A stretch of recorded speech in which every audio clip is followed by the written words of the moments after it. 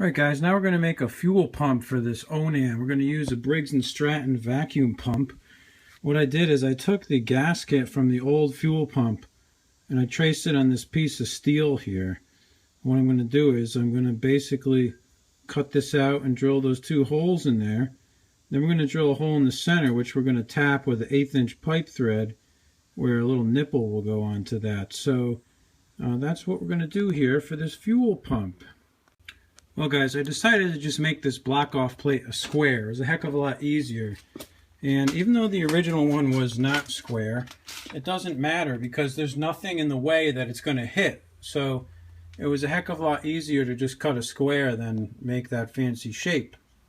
So now what we're going to do is we're going to thread this center hole, which I drilled to 11/32 of an inch. We're going to tap it with an 1/8 inch pipe thread, which will accept my little fuel line nozzle.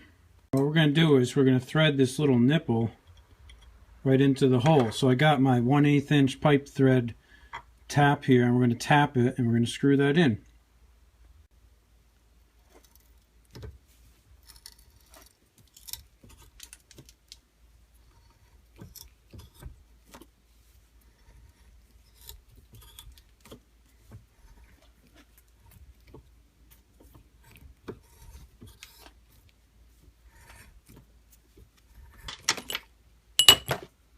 Now we basically are just going to thread this nipple right in there, and what we'll do is we'll take our gasket, put it behind this, we'll screw it back on the block. I'm just going to hit it with some red paint real quick before I put it together so it looks pretty, but that's going to be the basis of our Briggs & Stratton fuel pump. Alright guys, I got it screwed in there. You notice the back sticks out of here. It doesn't matter. It doesn't screw into the block far enough that it matters. So we're going to put this over our fuel pump hole. Some guys will call this a block off plate. And then it allows the crankcase pressure to go in and out of that hose, which will connect to the vacuum powered Briggs & Stratton fuel pump. That Briggs pump is like a $12 part, and this little nozzle is $1 or $2. And that's all we need to make this Onan have a fuel pump. The original one was busted, and a rebuild kit is like $98. So for 15 bucks or less, we can have this done. Alright guys, so I took the head off because I got to find my make a timing mark on this one, just like I did on the other Onan. And some of these threads are pretty crappy, so I'm just going to touch them up a little bit here with a tap. And then I'm going to put my magnetic dial indicator on here and find where top dead center is, and then from that point I can make my reference with my timing wheel to where we are with the 20 degrees before top dead center, just like we did on the other Onan. Alright guys, now it's time to make a timing mark on this motor. Some of you remember with the other Onan I set up this gizmo here with the dial indicator, and I think I've got my piston here all the way at the top dead center, which is right here, and I'm lined up here on 240 degrees.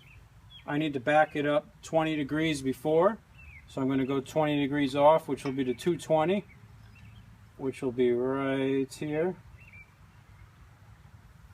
And what I'm going to do is just make a mark over here on my timing cover next to the 20 line.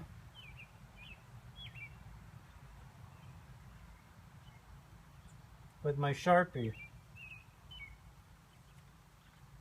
Now when I use my timing light, I can reference that line. So that's 20 degrees before, and I'll go back up here to 240, and that should be right at my high point, which it is. So I can take this dial indicator off of here.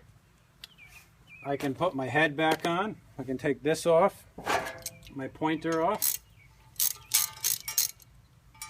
Take this off. I can mount my crank trigger on here. I'm just going to use the crank trigger from the other Onan for now, temporarily.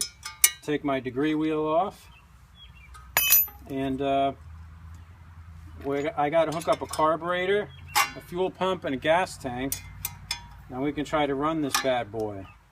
But let's see. I'll get these bolts out. There's one. There's two. Okay. Get that off. We'll put our head gasket on.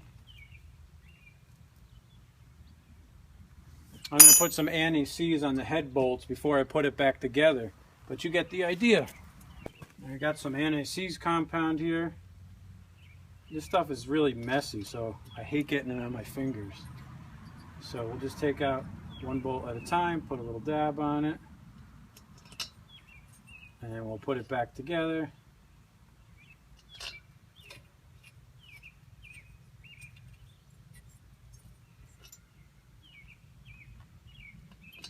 Can't wait to see if this thing works. This will be awesome.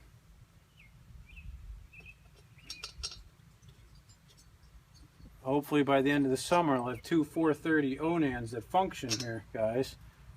They both have the same problem. They have the, like where the shipper shaft is on the PTO, they're all busted up. And I don't know why that is, but I have now 3 400 series tractors where the shipper shaft area is all screwy. And this one is missing a piece of the linkage. The other one was also the same piece. And I have a feeling that people are using them to plow snow. There, got all the bolts. Now, I got my old-fashioned speeder wrench out. Let's tighten these things up.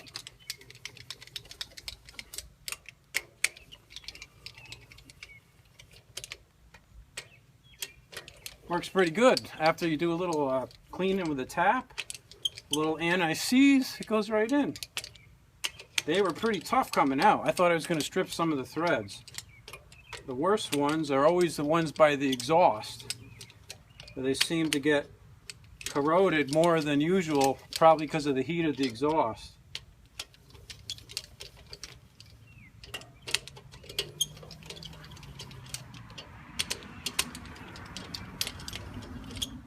Alright, so I'm just going to tighten them up a little bit by hand with the ratchet, and we'll go from there.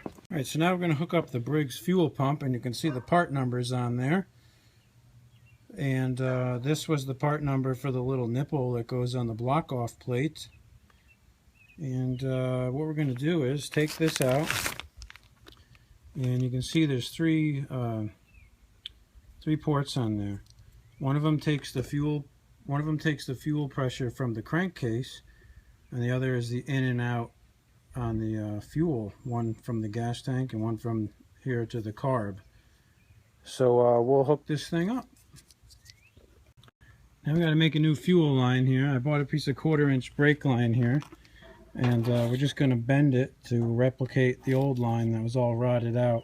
It's so rotted out that it snapped in half in the middle.